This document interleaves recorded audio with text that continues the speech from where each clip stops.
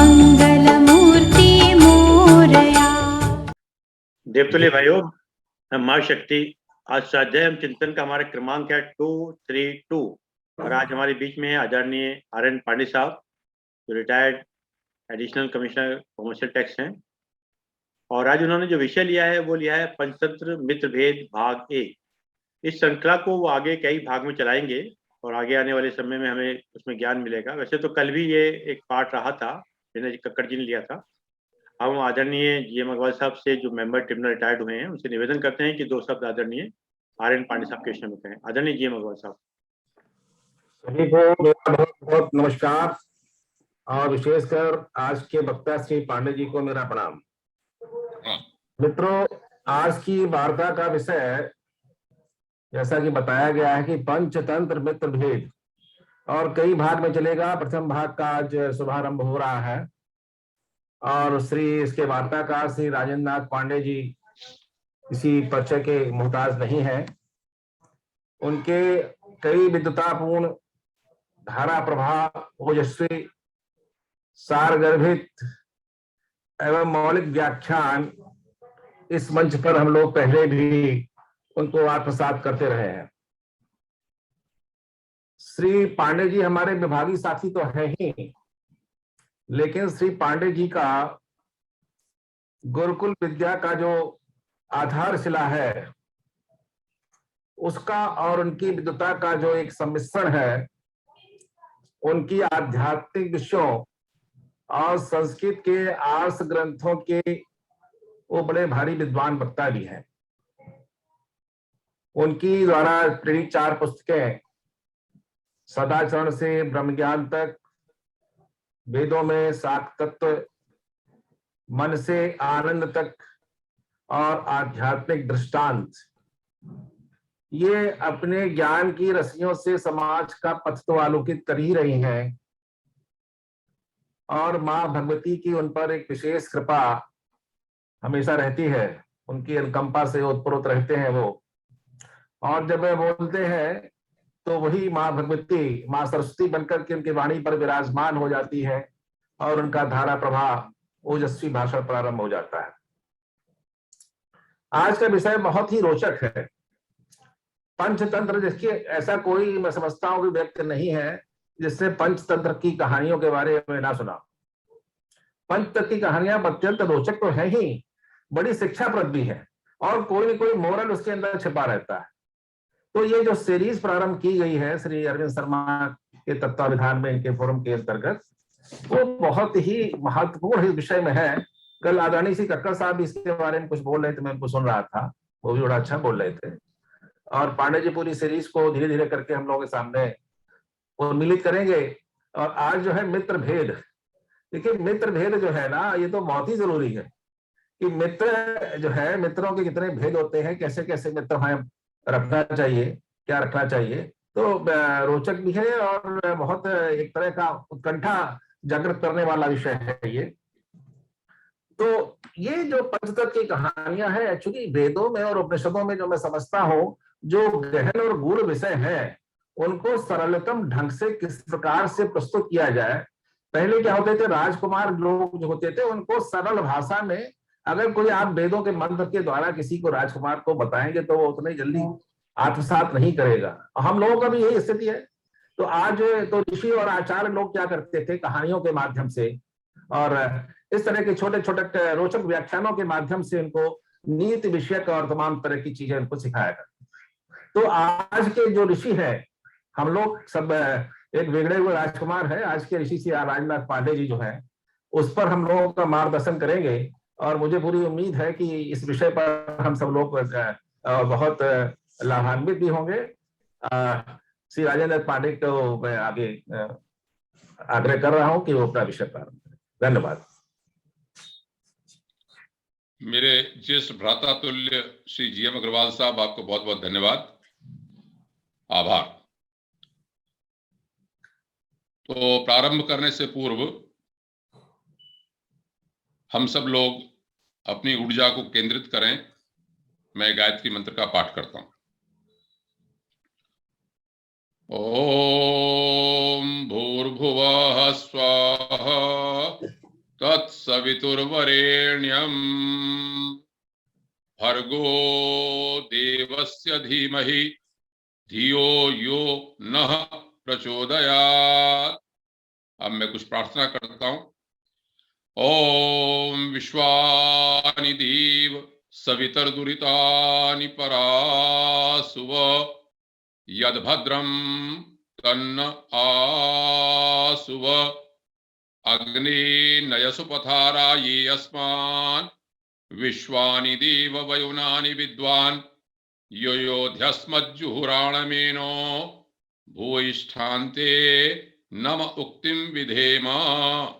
हे सकल जगत के उत्पादक प्रकाश स्वरूप परमात्मन, आप हमारी बुराइयों को, दुर्वसनों को, बाधाओं को दूर करें, जो कल्याणकारी हो वो हमें प्राप्त कराएं।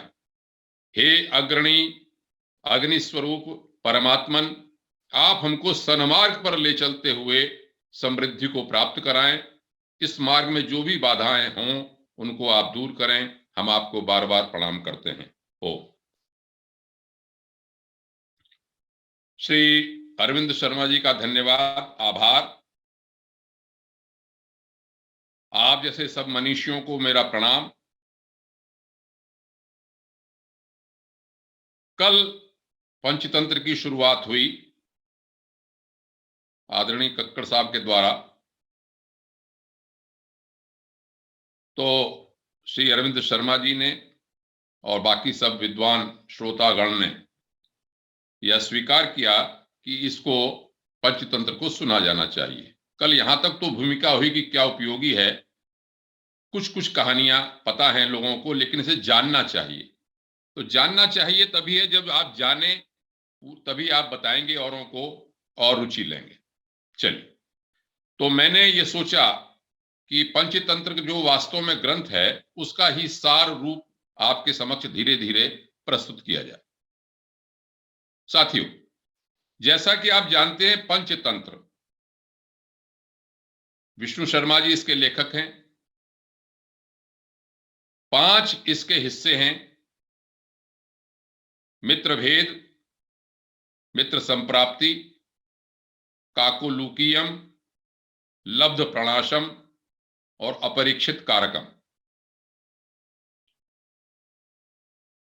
जैसे श्री अरविंद शर्मा जी ने कहा कि नाम बहुत सुना है, कहानियां भी जानती है, लेकिन पूरी तरह से लोग नहीं जानते वास्तव में। अब आप धीरे धीरे देखेंगे, जब मैंने इस ग्रंथ को पहले पढ़ा था कई वर्ष पूर्व पूरा, तो मुझे लगा कि वास्तव में पंचतंत्र के बारे में लोग नहीं जानते कि वास्तव में पंचतंत्र पूरा है क्या।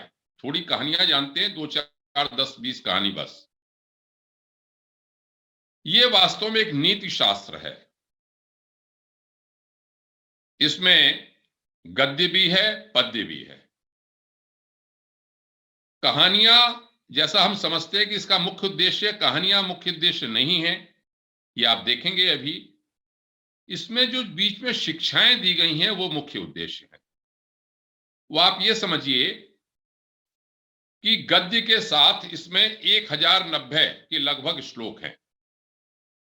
उनमें तरह तरह की विभिन्न बातें कही गई हैं। और जो कहानियां हैं 5 में, वो 73 के करीब हम छोटी छोटी कहानियां बता सकते हैं। सबसे बड़ा आकार मित्र भेद का ही है। तो हम प्रारंभ करते हैं इसको। मैं अपनी जैसे भी शैली से प्रस्तुत कर पाऊंगा करूंगा, फिर बाद में साथियों से पूछ लूंगा कि उसमें क्या मुझे सुधार करना चाहिए। तदनुसार मैं फिर प्रस्तुत करूंगा और उसे परिमार्जित कर। साथियों, जैसा प्रत्येक ग्रंथ में, शास्त्रीय ग्रंथ में आपने देखा होगा कि मंगलाचरण होता है।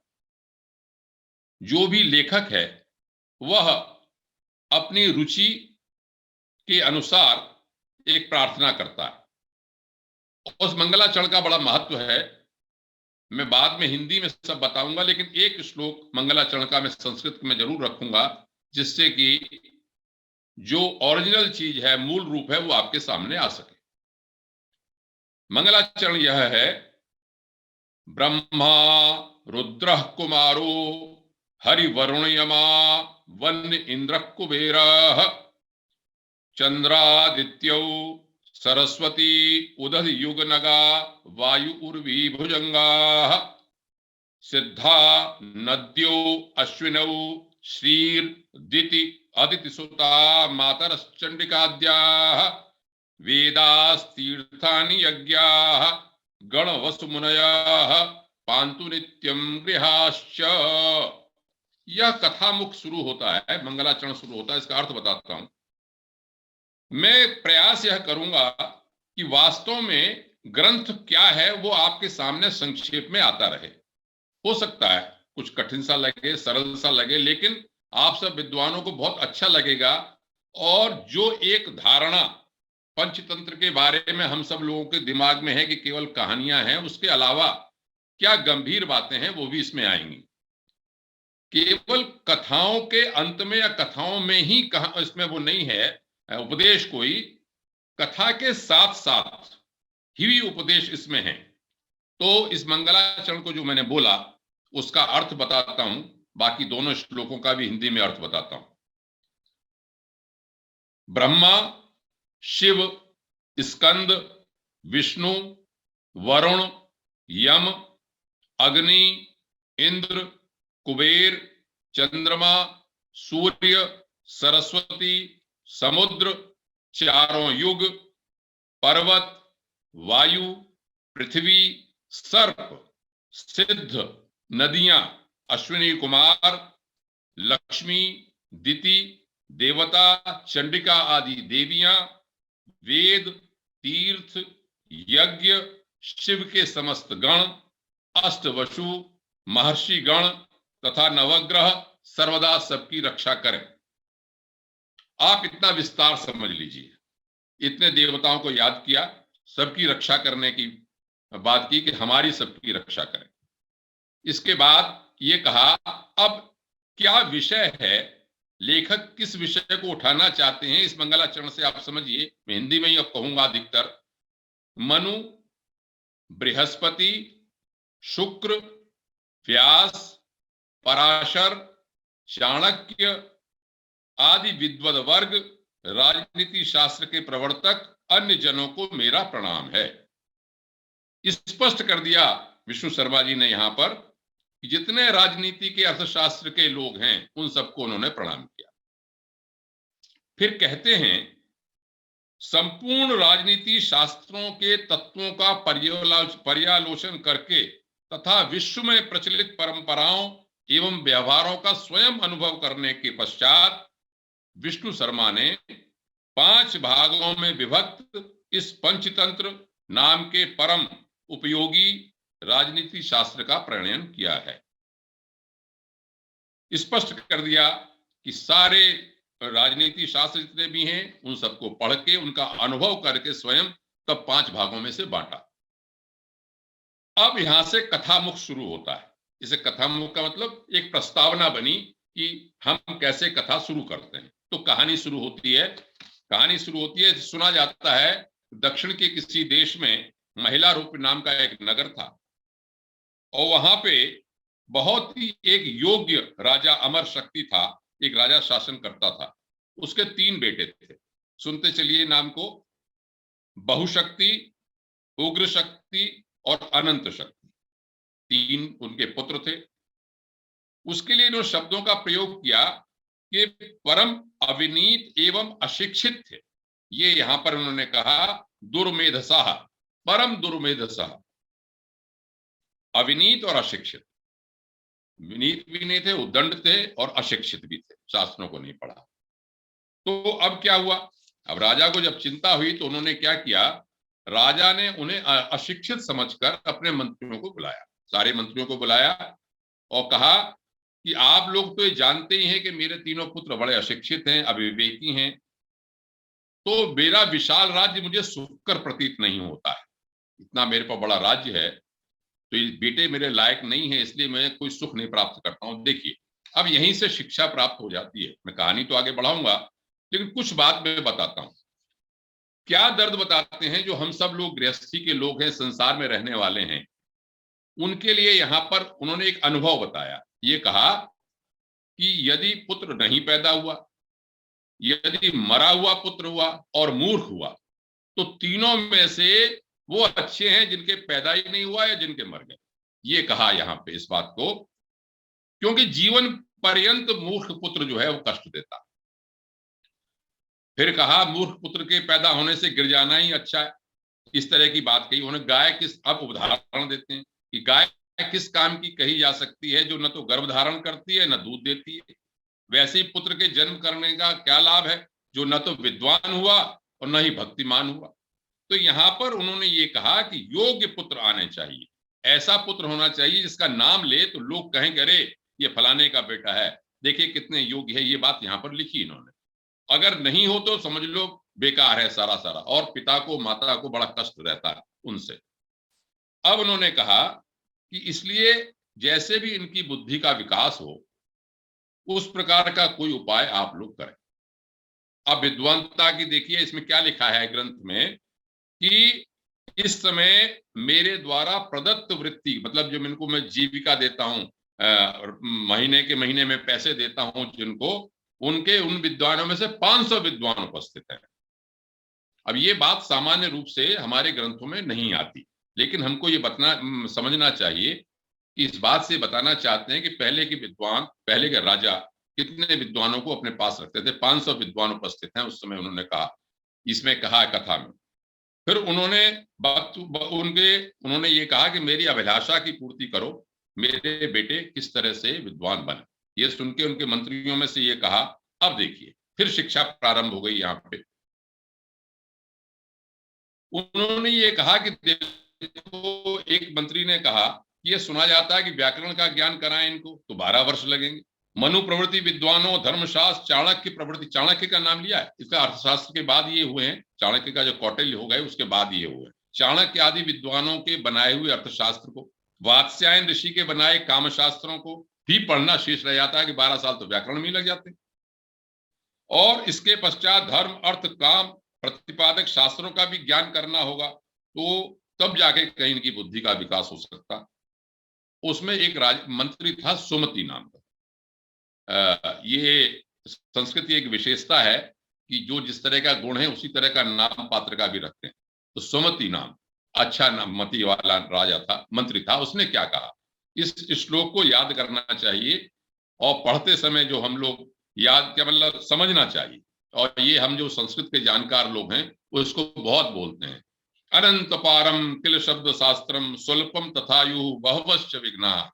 इसका अर्थ क्या है, बहुत सारे शास्त्र हैं, शब्द शास्त्र बहुत हैं, बहुत विघ्न आते हैं और आयु भी छोटी है, इसलिए क्या करना चाहिए। उसने कहा कि देखो, जैसे हंस जो है वो पानी में से नीर क्षीर विवेक कर लेता है, अपने मतलब की बात ले लेता है, तो केवल शास्त्रों का जो विद्वान या योग्य आदमी है उसे केवल सार सार ग्रहण करना चाहिए।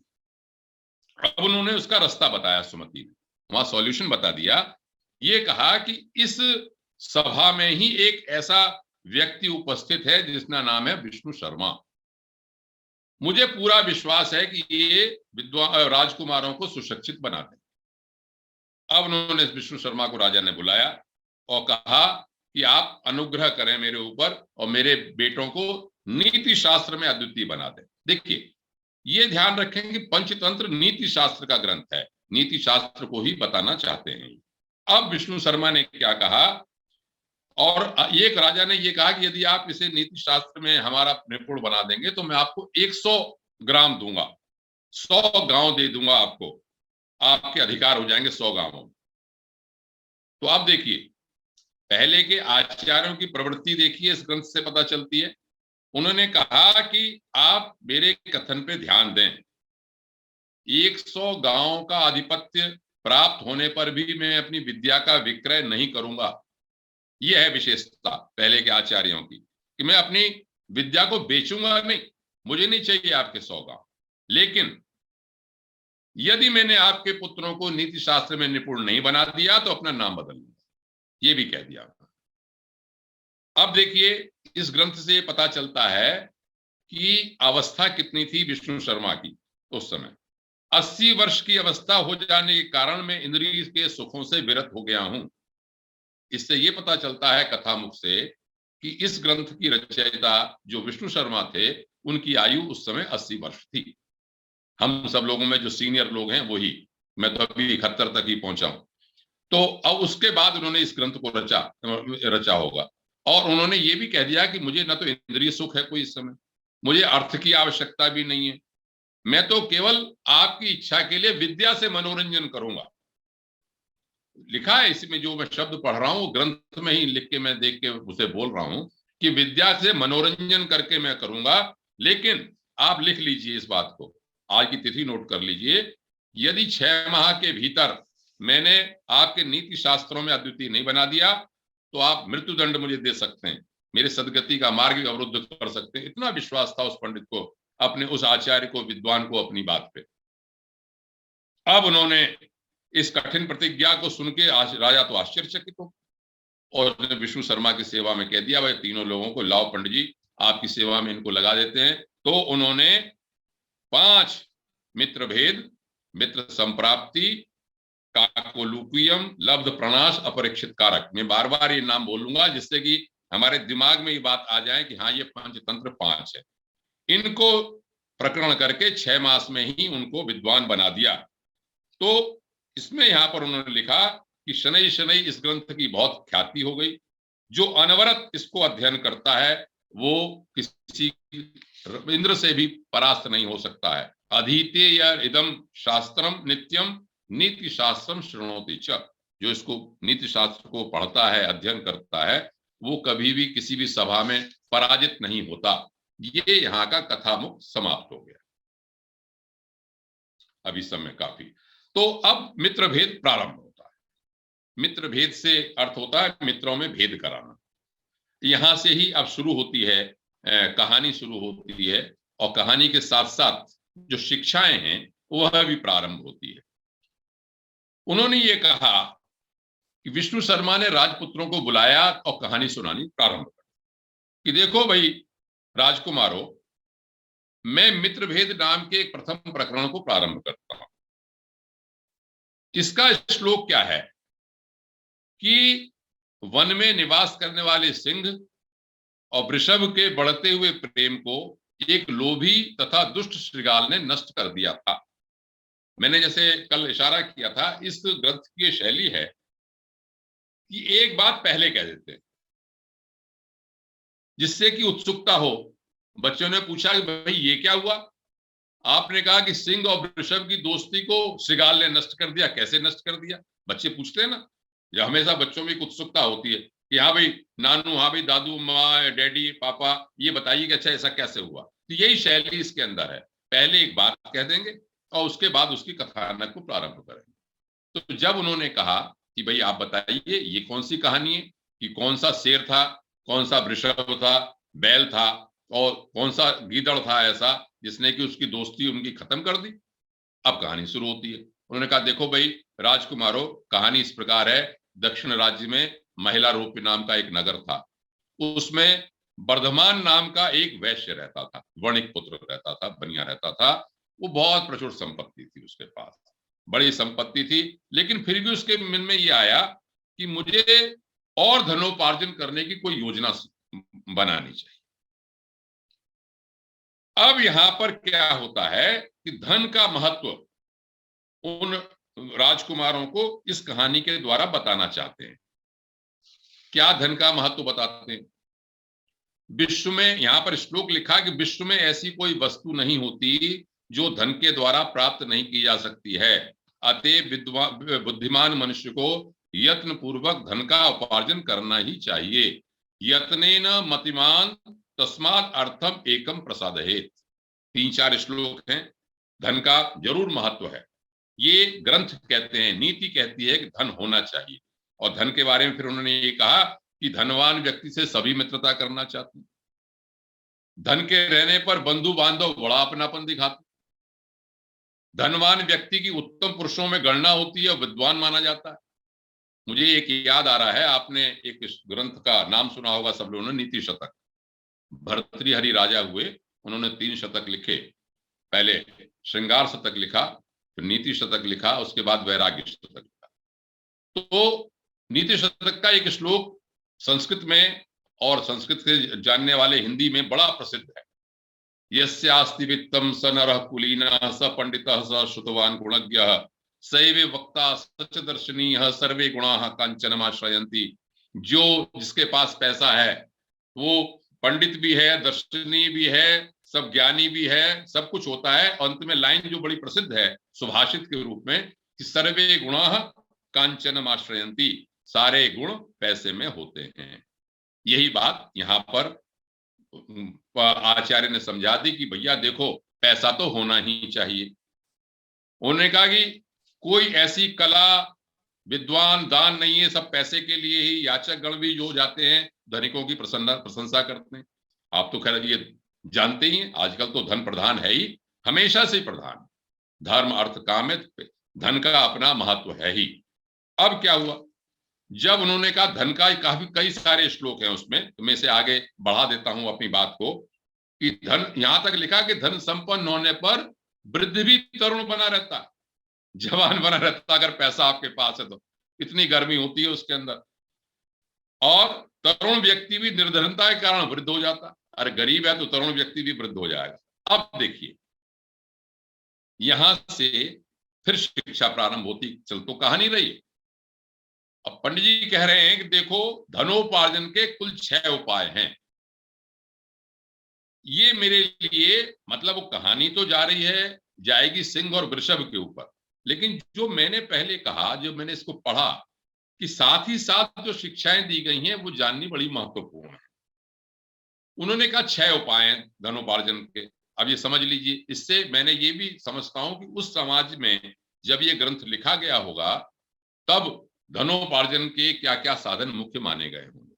उन्होंने कहा पहले तो भिक्षा, दूसरा सेवावृत्ति नौकरी, कृषि खेती करना, विद्या पढ़ाई, और सूद पर ऋण देना और व्यापार करना।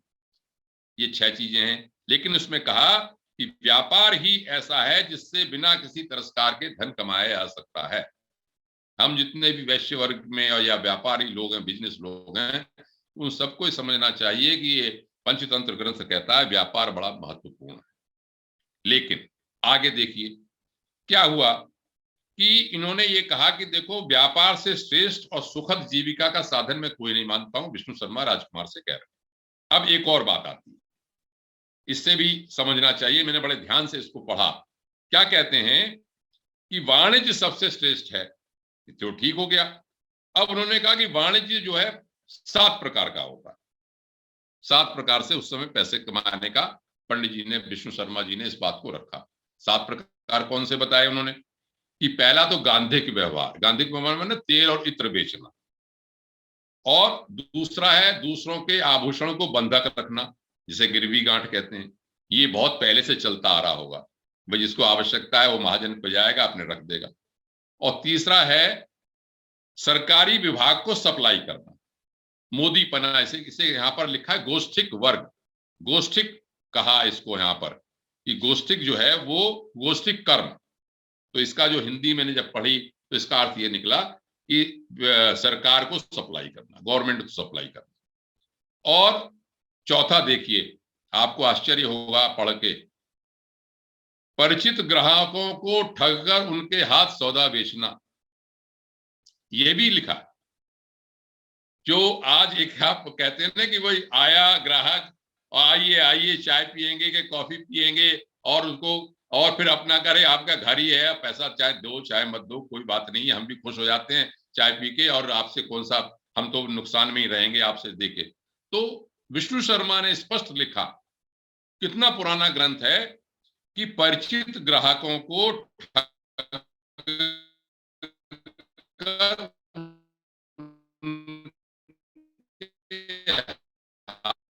सौदा बेचना, फिर वस्तु का इससे विक्रय वस्तुओं का आयात निर्यात करना। ये 7 तरह से पैसा कमाया जाता है। इन्होंने लिख दिया कि इसमें गांधिक कर्म इत्र वाला काम सबसे श्रेष्ठ है। इन्हें लिखते हैं विष्णु शर्मा जी कि 1 रुपए में खरीदे माल को 100 रुपए में भी आप बेच सकते हैं। और गिरवी गांठ वाले का क्या कहते हैं कि वो तो इष्टदेव से जैसे ही उसका गांठ आ गया तो इष्टदेव से ये मनाता रहता है कि धरोहर रखने वाला आदमी मर जाए तो मैं जो बहुत पूजा करूंगा उसकी आपकी। ये लिखा हुआ है, इसके अंदर श्लोक लिखा, मैं अपनी ओर से नहीं बोल रहा हूं इसमें। और जो राज की सेना आदि को रसद का काम करता है, वो प्रसन्न होकर सोचता है कि आज मैंने पृथ्वी का संपूर्ण धन प्राप्त कर लिया, निश्चिंत होकर लूटता है गवर्नमेंट को। और विश्वस्त ग्राहक को दुकान पर आया देखकर व्यापारी संतुष्ट हो जाता है कि आज तो लूटने का अच्छा मौका मिला। इतना प्रसन्न होता है जैसे उसके घर में बेटा पैदा हो गया। ये यहाँ पर लिखा हुआ, जैसे उसके घर में बेटा पैदा हो गया। दुकान पर आए हुए व्यक्ति से न्यूनाधिक तौल ठगना व्यापारियों का स्वभाव होता है, अधिक मूल्य बताना। आयात निर्यात करने में पटु व्यापारी विदेश में जाकर कभी कभी अपने माल के दुगने और तिगने लाभ को प्राप्त कर लेते हैं। ये व्यापार के बारे में बता दिया। कहने का मतलब क्या हुआ, इसे अन्यथा नहीं लेना चाहिए। लेना इस दृष्टि से चाहिए, मैं समझता हूं कि वो राजकुमारों को क्या बताना चाहते हैं। वो राजकुमारों को ये बताना चाहते हैं कि जो व्यापार है वो उसके ये अंग हैं। ये तो आप सब जानते हैं, व्यापार बना मुनाफा के तो कोई भी नहीं कमा सकता। और ये सब कहते हैं कि असलियत कौन बता देगा, तो व्यापारी ही जानता है अपनी बात को। तो ये बात उन्होंने राजकुमारों को बताना चाहिए, ऐसा मैं समझता हूं।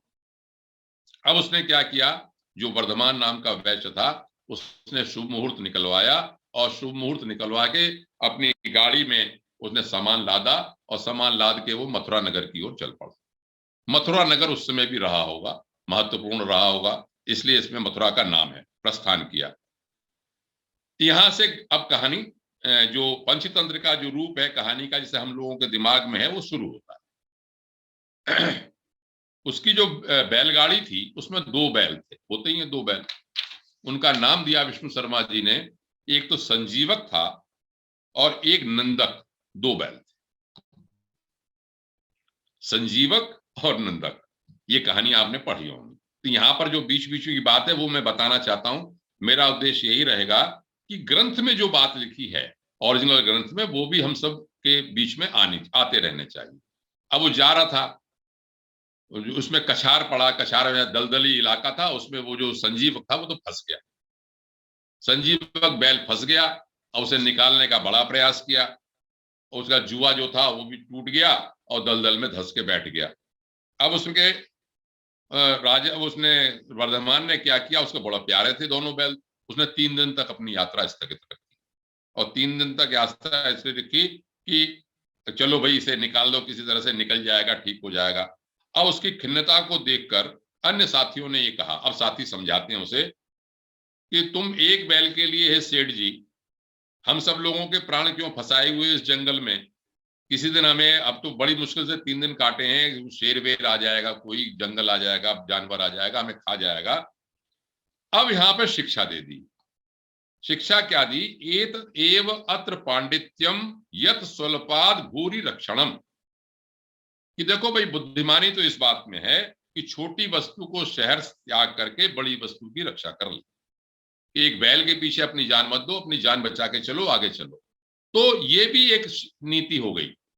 ये भी उनको बता दिया कि जब आपको कहते हैं ना, अल्पस्य हाथो बहु अल्पस्य हेतो बहु हाथ विच्छन, ये भी एक सुभाषित है संस्कृत का, कि आप कभी कभी छोटे से कारण के बहुत नुकसान कर लेते हैं। तो उनके साथियों ने बता दिया कि भैया नहीं, आप एक छोटी सी बात, इस बैल को तो छोड़, अपनी जान बचाओ और चल दो। अब क्या हुआ, आग्रह कर लिया, साथियों ने मान लिया। मान के उनके स्वीकार करके उन्होंने कहा, संजीवक ने माना नहीं।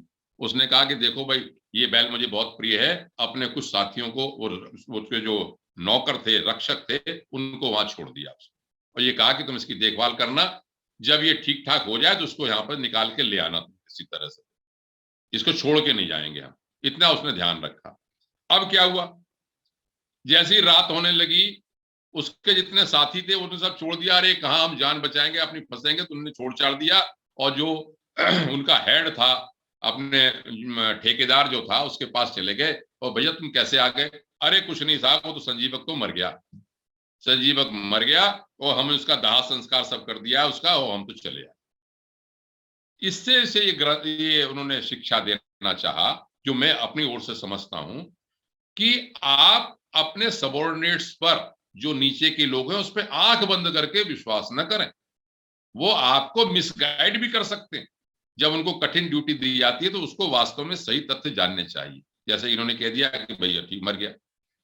अब यहां पर एक बड़ा महत्वपूर्ण बात इन्होंने कही कि आयु तो उसकी शेष थी संजीवक की, संजीवक को तो मरना नहीं था। उसे हवा हवा लगी, कुछ दिन हुए, जब 2-3 दिन में दलदल जो थी वो भी कुछ सूख साख गई और भगवान को प्राण बचाने थे और वो धीरे धीरे धीरे धीरे स्वस्थ हो गया और जी गया, जिंदा हो गया। यमुना के तट पर पहुंच गया। यमुना के तट पर पहुंच के नई नई हरी हरी घास खूब निकली हुई थी। अब तो उसे सामान भी नहीं ढोना था, सामान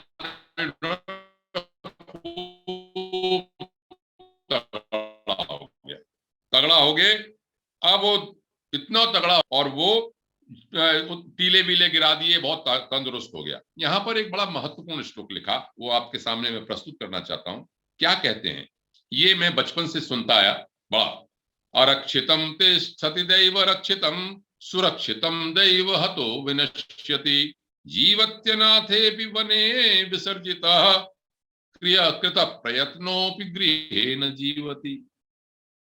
ये भाग्य के बारे में बड़ी महत्वपूर्ण बात कही गई है। ये जो श्लोक मैंने पढ़ा, ये बचपन से मेरे पिताजी भी मुझे सुनाया करते थे और कहते थे देखो, अगर भगवान चाहता है, भाग्य चाहता है, इसका अर्थ ये हुआ कि अगर आयु शेष है तो भाग्य द्वारा संरक्षित वस्तु अरक्षित होने पर भी बची रहती है। कहते हैं राम सहारे जो रहे पर्वत पर हरियाए, ऐसे करके कहानी होती है। तो कहावत होती, उसी तरह को कहा, यदि भगवान ने रक्षा करनी है तो जंगल में भी छोड़ दो तो भी बच जाएगा, और भगवान ने नहीं रक्षा करनी है तो घर में भी उसे कर लो तो भी मर जाएगा वो। अगर जंगल में किसी अनाथ को भी छोड़ दो, अगर भगवान ने बचाना है तो मर जाना है। तो यहां पर यह शिक्षा दी कि भगवान जो है, दैव भाग्य जो है वो महत्वपूर्ण है, ऐसा उन्होंने कहा वहां। अब क्या हुआ, इधर तो वृषभ बहुत तगड़ा हो गया। तगड़ा होने के बाद वो अपने खूब दाड़े मारने लगा और अपना खूब तंदुरुस्त होकर चिल्लाने लगा। अब कहानी आगे बढ़ती है। कहानी आगे क्या बढ़ती है, पिंगलक नाम का एक शेर था, उसका नाम था पिंगलक। पिंगलक माने जो थोड़ा सा पीले रंग का हो, ऐसा पिंगलक। ये यहाँ पर की विशेषता है। वो संजीवक, उसमें जीवन था इसलिए संजीवक कह दिया, और ये शेर था पिंगलक इसलिए पिंगलक नाम दे दिया इसका। तो पिंगलक नाम का शेर अपने अनुयायियों के साथ, उसकी पूरी जो मंत्रिमंडल था उसके चल के, जो उसे पानी पीना था, यमुना के किनारे चला कि यमुना में पानी पीऊंगा मैं चल के। जब वो जा रहा था तो उधर से संजीवक ने दहाड़ मारी। अब उसने कभी ये आवाज सुनी नहीं थी। पिंगलक ने तो डर गया, इतना भयानक करके कौन रमा कर रहा है। तो कहते हैं वो एक किनारे पेड़ के नीचे बैठ गया और वहां पर एक कहा चतुर्व्यूह मंडल बनाकर बैठ गया। अब क्या समझाते हैं राजाओं को, है तो कहानी, मैं आगे बढ़ जाऊं इसको कह के, लेकिन मैं ये समझता हूं कि राजाओं को, राजकुमारों को ये बताना चाहते हैं कि राजा जब चले तो उसके साथ अनुयायी भी, मतलब उसके मंत्रिमंडल के लोग भी होने चाहिए। चतुर्व्यूह मंडल का आप ये समझिए बात, जैसे हमारे वीआईपी जाते हैं तो 4 रिंग की जो सुरक्षा होती है, 4 रिंग की, 4 दायरे की, उस तरह का चतुर्व्यूह मंडल है। कि उसमें कहा कि प्रथम परिधि में राजा बैठता, उसके बाद उसके अनुयायी विश्वस्त सामंतगण रहते हैं, तीसरी पंक्ति में राजा के सैनिक रहते हैं, और चौथी पंक्ति में गुप्तचर, सीमा रक्षक, भृत्यादि रहते हैं। एलआईयू के एलिया, वो आपके जो लोकल इंटेलिजेंस के लोग होते हैं वो रहते हैं। उसी तरह की बात यहां पर भी कही, जो आज बनाया है वो विष्णु शर्मा जी भी कहते हैं कि वो राजा था चूंकि तो उसके तरफ रहते थे पहले, उसके अपने खासम खास लोग, कैबिनेट के मंत्री जिसे कहते हैं आजकल, उसके बाद उनके जो है सैनिक, आर्मी वाले, उसके बाद गुप्तचर, सीमा रक्षक, इस तरह चतुर्व्यूह मंडल में वो बैठ गया। अब 2 गीदड़ थे, एक नाम था करटक और एक का नाम था दमनक। करटक और दमनक, ये नाम आगे चलेंगे इस कहानी में, आगे मित्र भेद वाली कहानी में चलते रहेंगे। तो 2 गीदड़ थे। उनके गीदड़ के बारे में क्या कहा उन्होंने कि वो बड़े भ्रष्ट थे। अब ये जो राज सरकार का जो तंत्र है वो भ्रष्टाचार आज से ही नहीं है, कौटिल्य ने भी लिखा अर्थशास्त्र में। और ये एक क्या कहना चाहिए, नैसर्गिक चीजें हैं, इनका अपेक्षाकृत तो उठा पटक हो सकती है, कम ज्यादा हो सकते हैं, लेकिन राजा का दायित्व है कि वो हमेशा निगाह रखे। तो यहां पर लिखा कि 2 ऐसे भ्रष्टाचारी उसके करटक और दमनक 2 गीदड़ थे जिनको वो निकाल दिया था, लेकिन वो क्या करते थे, हमेशा साथ लगे रहते थे पीछे और उसकी खुशामद करते रहते थे। यहां ये बताना चाहते हैं कि भैया जो भ्रष्टाचारी लोग हैं उनसे दूर रहो, और वो खुशामदी लोगों से भी दूर रहो। लेकिन कैसे नहीं दूर हो सकता वो देखो आप, क्या नुकसान होगा। ये कहानी आगे बढ़ती है। अब वो क्या चाहते थे, पुनः प्रतिष्ठित होने के लिए राजा का अनुमन करते थे। हमें सस्पेंड कर दिया, किसी को आपने भ्रष्टाचारी को वो लगा किसी तरह से, सभी तरह से करने के लिए भाई मिनिस्टरों से सिफारिश करेगा, बच जाएगा, और सब जितने भी लॉबिंग हो सकती है वो करेगा कि भाई हम दोबारा से किसी तरह से आ जाए। तो वो कह रहे पुनः प्रतिष्ठित होने के लिए अनुगमन करते थे। अब उन्होंने देखा शेर को कि ये हमारा राजा तो चुपचाप बैठ गया यहाँ पे, तो अब आपस में बात करने लगे। अब फिर शिक्षा शुरू हो जाती है यहाँ की कि भाई जो करटक था उसकी बुद्धि और तरह की थी, दमनक की बुद्धि और तरह की थी। 2 पात्र हैं दोनों। आप दोनों को आप समझते रहिए, चलते रहिए। तो करटक ने दमनक से कहा कि हे मित्र, ये राजा तो आया था हमारा पानी पीने के लिए, और पानी पीने के लिए की जगह तो यहां बैठ गया ये तो, और ये चतुर्म्यू बंडल व्यू बना के चिंताग्रस्त बैठा और प्यासा बैठा हुआ और चिंता कर रहा। अब यहां से शुरू होती है बात कि करटक ने ये कहा कि ये मित्र, हमें इन बातों से क्या लेना देना है, क्योंकि जो व्यक्ति बिना कार्य के काम करता है वह कील को उखाड़ने वाले बंदर की तरह नष्ट हो जाता है। कल जो आपने कथा सुनी वो यहाँ पर प्रारंभ होती है। बड़ा प्रसिद्ध ये श्लोक है जो सुभाषित में कहा जाता है, अव्यापारेषु व्यापारम यो नरः कर्तुमिच्छति स एव निधनम याति कीलोत्पाटीम वानरः। बिना मतलब की बात में जो टांग लगाता है वो कील को उखाड़ने वाले बंदर जैसा मर जाता है। अब ये इसकी शैली जो मैंने बताई थी वो हो गई। जैसे उन्होंने कहा कील को उखाड़ने वाला बंदर, तो तीनों राजकुमार बोल उठे, भाई गुरुजी आप बताओ कील को उठाने वाला बंदर का क्या मामला है, ये क्या बात है। और वो उन्होंने कहानी वहीं पर बना रखी है। तो उन्होंने कहा सुनो, ऐसा था कि एक जो सेठ था उसने नगर के पास एक वो देव मंदिर बनवाना प्रारंभ किया। कल जो कहानी बताई थी आपने, जो पढ़ी होगी, वो वास्तव में कहानी क्या है वो मैं सामने रखता हूं आपके सामने, कील को उखाड़ने वाले बंदर की कहानी। वहां लिखा है कि एक सेठ ने नगर के पास में एक मंदिर बनवाना प्रारंभ किया था, और उसके कार्य करने वाले जो मजदूर थे वो दोपहर के समय भोजन के लिए नगर में चले जाया करते थे। लंच का सिस्टम तभी भी था भैया, ऐसा लगता है जब ये ग्रंथ लिखा गया लंच ब्रेक का मामला तभी था रेसिस के लिए। ये सब मुझे बातें बिल्कुल सामंजस्य आजकल लगती है इतने पुराने ग्रंथ में भी। और नगर चूंकि दूर होते थे, अब तो है कि भाई रेस्टोरेंट में चले गए आप चाय पीने के लिए, या तो दूर अपने जंगल चले जाते, अपने गांव चले जाते थे, शहर में चले जाते थे खाना खाने के लिए। अकस्मात बानरों का एक झुंड आ गया, ये कहानी आपने सुनी है, और वहां पर आ गया, वो जंगल सा था, और उन्होंने एक उन कारीगरों से एक ने क्या किया था, आधा चीरा हुआ अर्जुन का वृक्ष लिखा है, उसके खंबे को चीरा, और जब उसे चीरते चीरते रह गया तो उसके अंदर एक खूंटा गाड़ के छोड़ दिया था, जिससे खुला रहे, बाद में हम आगे से चीरना शुरू कर देंगे। बानरों ने वहां आके अपना ऊट पटांग सब खेलना कूदना शुरू कर दिया। उनमें से एक ही मृत्यु निकट आ गई थी, उसने आधे चीरे हुए खंबे पर बैठकर और दोनों हाथों से उसको उखाड़ना शुरू कर दिया। यहाँ पर लिखा है, उस खूंटे को पकड़कर हिलाने के बाद उसे निकल जाने से खंबे के मध्य में उसका लटका हुआ अंडकोश दब गया और वो मर गया। ये पूंछ वाली बात नहीं लिखी है, ग्रंथ में लिखा है कि उसका जो अंडकोश था वो दब गया, और दब जाने के बाद मर गया, मरना भी लिखा। तो तुमने कहा, हे मित्र, मैं तुमसे कह रहा हूं जिस काम को हमें नहीं करना उसमें हमें क्या टांग लगाने से क्या फायदा है। अव्यापारेषु व्यापारम, हम काय को भैया राजा क्या करना है, क्यों चुप बैठा है, उसे हमें क्या करना चाहिए, नहीं तो हमारी दशा भी वैसी हो जाएगी। तो एक कहानी तो यहां पर आ गई। अब इन्होंने क्या कहा, भैया देखो, वो दोनों मित्र बात कर रहे हैं कि राजा का जो भोजन बच जाता है ये शिकार कर लेता है, और जो छोड़ देता है उससे हम पीछे पीछे लगे रहते हैं, जो बच जाता है उसे हमें खाने को मिल जाता है और उससे हमारा काम चल जाता है। हमें व्यर्थ के प्रपंच पे पढ़ने से क्या लाभ, हमारी जिंदगी तो चल रही है। लेकिन करटक नहीं माना। अब करटक ने कहा दमनक से कि देखो, जान पड़ता है केवल भोजन के लिए ही जीते, यह बात ठीक नहीं है। बुद्धिमान व्यक्ति मित्रों के उपकारार्थ और शत्रुओं के अपकारार्थ राज का आश्रय ग्रहण करते हैं। यहां पर फिर शिक्षा दे दी कि राजा का आश्रय अगर हम ले रहे हैं तो या तो हम मित्रों को फायदा पहुंचाएंगे और हमको शत्रुओं का हम नुकसान पहुंचाएंगे। कहने का मतलब क्या हुआ कि राजा का जो सहारा लेता है, जो मैं यहां से अर्थ निकालता हूं, एक नीति का साथ साथ चल रहा है, जो बात सामान्य कहानियों में नहीं आती, कि राजा का सहारा लेने वाले दो काम करते हैं।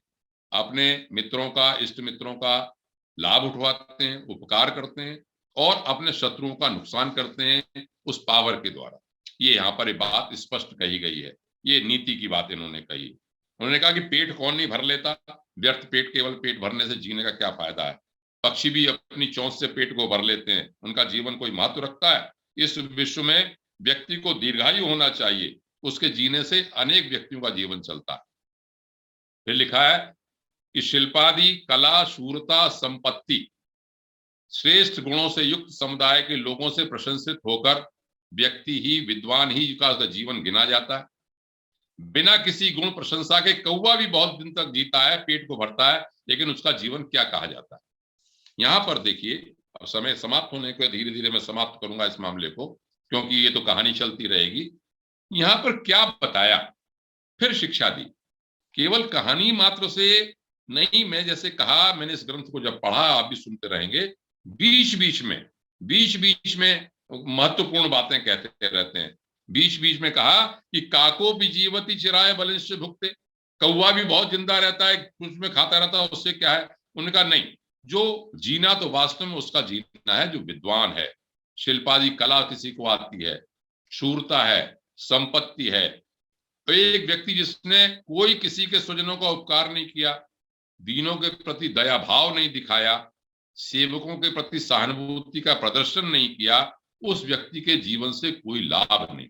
ये भी बता दिया कि जो अगर जीना है, एक तो विद्वान हो, किसी योग्य हो, दया दिखाइए, स्वजनों का लाभ कीजिए, सेवकों की प्रति सहानुभूति रखिए। केवल कौवे की तरह आप अपना जीवन न बिताइए। इसमें यहां पर ये कहा इन्होंने कि वर्षा काल में क्या होता है, नदियां जो हैं थोड़े से जल से भर जाती हैं, चूहों की अंजलि भी थोड़े थोड़े खाद्यान्न से भर जाती हैं, बिल जो होते हैं उनके।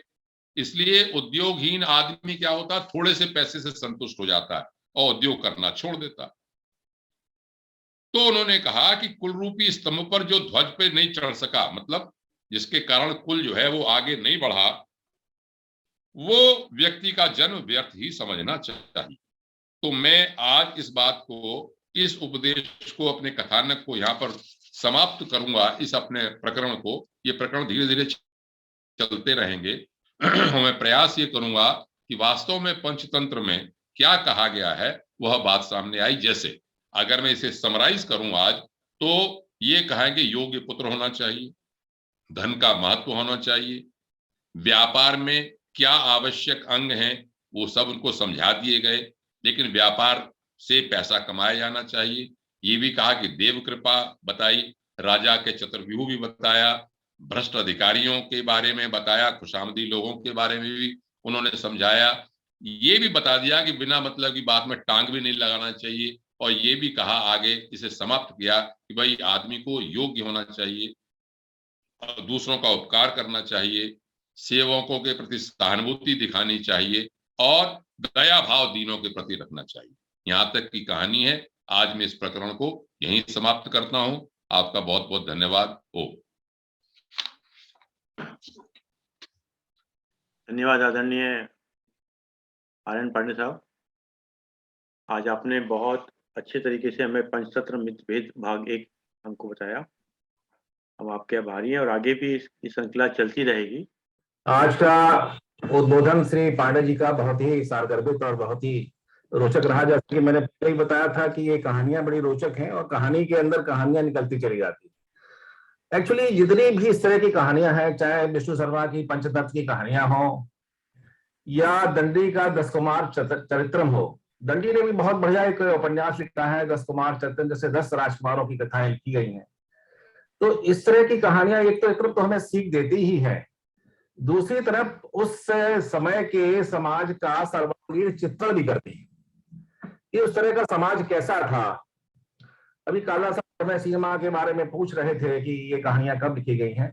मेरा विचार है किसी एक पर्टिकुलर कालखंड में नहीं लिखी गई है, बहुत ही संकलन है। और विष्णु शर्मा नामक जो लेखक है वो भी काल्पनिक है या वास्तविक है, इस पर भी काफी विवाद है। कहीं कहीं उनका नाम भी डिफरेंट लिखा गया है, लेकिन इतना जरूर है कि ये पंचतत्व की कहानियां बहुत ही प्रसिद्ध रही हैं और भारत की कोई ऐसी भाषा नहीं है जिसमें उसका अनुवाद न हो। यहाँ तक कि विश्व की 50 से जो विदेशी भाषाएं हैं उसमें भी पंचतत्व अनुदित है, उसमें भी पंचतत्व का अनुवाद किया गया है। और आज से समझिए 500 ईस्वी में, आज से 1600 साल पहले सबसे पहले इसका जो है मिडिल पर्शियन लैंग्वेज में जो पहलवी भाषा थी उसमें इसका अनुवाद किया गया था। तो ये इसकी मतलब जो है रोचकता और इसकी जो है महत्ता बहुत पुरानी है और संसार का कोई ऐसा भूभाग नहीं है जहां पर पंचतत्व की कहानियों का विस्तार या अलग अलग ढंग से लोग अलग अलग नायकों के नाम लेकर के अपनी अपनी भाषाओं में इसको न कहते हैं। आज का जो था रोचक भी था कि जैसे धन का जो महत्व बताया गया, धन तो प्रधान है, तो इसमें मुझे सब संस्कृत में जो है मैं कर रहा था, वृक्ष कटिकम नामक एक उपन्यास सूत्रक का लिखा हुआ है, उसका मुझे ध्यान आ गया।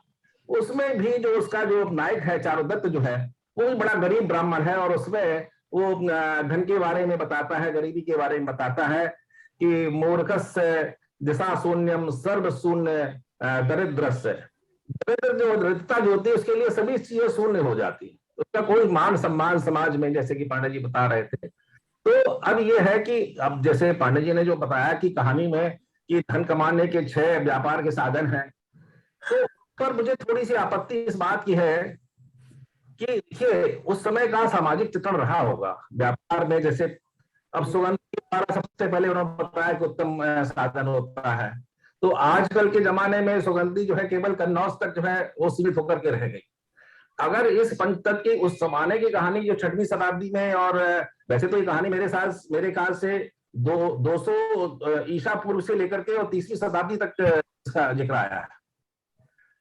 तो ये जो धन कमाने के जो साधन दिए गए हैं और अनीति द्वारा धन कमाने का जो उन्होंने कहा है, तो उस समय समाज में इस तरह का चलन रहा होगा, लेकिन उस तरह के समाज का हम अगर फॉलो करके आज के दिन इसको हम करें तो वो नहीं होगा। जैसे कम तौल करके हम जो है कर दें तो भाई इलेक्ट्रॉनिक कांटे लग गए हैं। अब सबसे ज्यादा जो है कम तोलने वाला जो कबाड़ी आपके यहाँ रद्दी लेने आता है वो जरूर कम तोलता है और सामान्यता कम तोलने का प्रचलन समाप्त हो गया है। उसमें भी हम लोग सावधान रहते हैं, भाई कांटा दिखाओ अपना, हम अपने कांटे से तोलेंगे, ये करेंगे वो करेंगे। दूसरा, अपने परिचितों को ठगना, अपने परिचितों को ठग करके व्यापार करना, ये साधन भी नहीं है। भाई ठीक है, एक बार ठग लेंगे आप, 2 बार ठग लेंगे, लेकिन एक बार व्यापार में विश्वसनीयता बहुत आवश्यक। मैं तो व्यापारी वर्ग से आता हूं, व्यापारिक समाज से आता हूं, और अगर आपने किसी भी ग्राहक का विश्वसनीयता खो दिया आपने, तो उस ग्राहक को परमानेंट खो ही दिया, बल्कि और आसपास के व्यापारियों को, उस समाज को भी खो देंगे आप। तो व्यापार में विश्वसनीयता सबसे इंपॉर्टेंट चीज है। विश्वसनीयता होना चाहिए, ठीक है, आपकी जो भी ट्रांसपेरेंसी होना चाहिए आपको साथ में। और फिर गिरवी गांठ वाला, मैं इसलिए बता रहा हूं कि मैं अपने अनुभव से और अपने व्यापारिक जो पृष्ठभूमि उसके मैं आपको यूपीरियस होता था, बहुत ही अच्छा माना जाता था, क्योंकि उसमें ब्याज की दर जो है 2% यानी 2 सैकड़ा, 2 रुपया पर सैकड़ा मतलब 24%, ये बड़ा सामान्य ब्याज होता था, हमारे यहाँ भी काम होता था। लेकिन अब क्या है, सबसे ज्यादा खतरनाक काम जो है वो गिरवी गांठ। कारण बताऊं क्या है कि आपको पता नहीं कि जो गिरवी रखने आ रहा है वो सारा डकैती करके ला रहा है, कहीं से चोरी करके ला रहा है, क्या करके ला रहा है। दूसरा, उसकी शुद्धता क्या है, उसको तो बताया आपने कि भाई इस श्रेणी का शुद्ध माल है, हमारा सोना है, और उसके अंदर बहुत सी चीजें ऐसी मिल जाती हैं जो कि ऊपर से तो आवरण जो है वो सोने का नजर आएगा और अंदर उसके पीतल तांबा घुसा होगा। आपने उसको पैसा उधार दे दिया, ब्याज पर दे दिया, पता चला कि वो उठाने ही नहीं आएगा। जब आपको तुड़वाने जाएंगे तो पता चला कि वो तो उसका कोई मूल नहीं है। तो ऐसी ठगी के मामले हमारे परिवार में बहुत लोगों ने झेले हैं और 20-25 लाख का नुकसान झेला उन्होंने। ये जो व्यापारिक साधन जो उसमें लिखे हुए हैं, तो उस जमाने के जो समय रहा होगा उसके लिए थे। मैं थोड़ा सा ये कहूंगा कि ठीक है, व्यापार अच्छी चीज है, व्यापार से धन कमाइए, लेकिन इन जो कहानी किस्सियों में जो व्यापारिक धन कमाने के साधन दिए गए हैं, उनको आजकल के सामाजिक परिवेश में देखते हुए उसको साधन को अपनाएं, वो ज्यादा उचित रहेगा। बहुत अच्छी कहानियां हैं उसमें, लेकिन बड़ी उसके अंदर बड़ी शिक्षाप्रद भी है। जैसे राजा को जो है सतर्क रहना चाहिए, अपने विश्वसनीय सेवकों से भी सतर्क रहना चाहिए, बहुत अच्छी बात है ये तो। और धन की महिमा तो है ही, इसमें कोई शक नहीं। कुल मिलाकर के मैं समझता हूं कि ये श्रृंखला आगे चलेगी, बढ़ेगी और नई नई चीजों को लेकर के हमारे सामने आएगी। हम अपने विवेक का, अपनी बुद्धि का इसमें विवेचन करते हुए आगे इसमें सीख लेंगे और इसके आगे बढ़ाएंगे। और पांडे जी का बहुत बहुत धन्यवाद, बहुत बहुत आभार कि उन्होंने इस रोचक विषय को आगे बढ़ाया और आगे बढ़ाते रहेंगे। पुनः पुनः धन्यवाद आपका। धन्यवाद आदरणीय जी अग्रवाल साहब, और धन्यवाद आदरणीय आर्यन पांडे साहब। और ये श्रृंखला आगे भी चलती रहेगी। और जैसा कि एक आज का विचार है, तो विचार एक्चुअली हमारे बीच में काला साहब है, वो कबीर का कहते हैं, साईं इतना दीजिए। एक विचार ये है कि जीवन की सारी दौड़ केवल अतिरिक्त के लिए है। जीवन की सारी दौड़ केवल अतिरिक्त के लिए, एडिशनल के लिए है। अतिरिक्त पैसा, अतिरिक्त पहचान, अतिरिक्त शोहरत, अतिरिक्त प्रतिष्ठा, यदि यह अतिरिक्त पाने की लालसा ना हो तो जीवन एकदम सरल है। आइए अपना संध्या काले अपना 3 बार ओम का उच्चारण करते हैं। अनम्यूट कर लीजिएगा और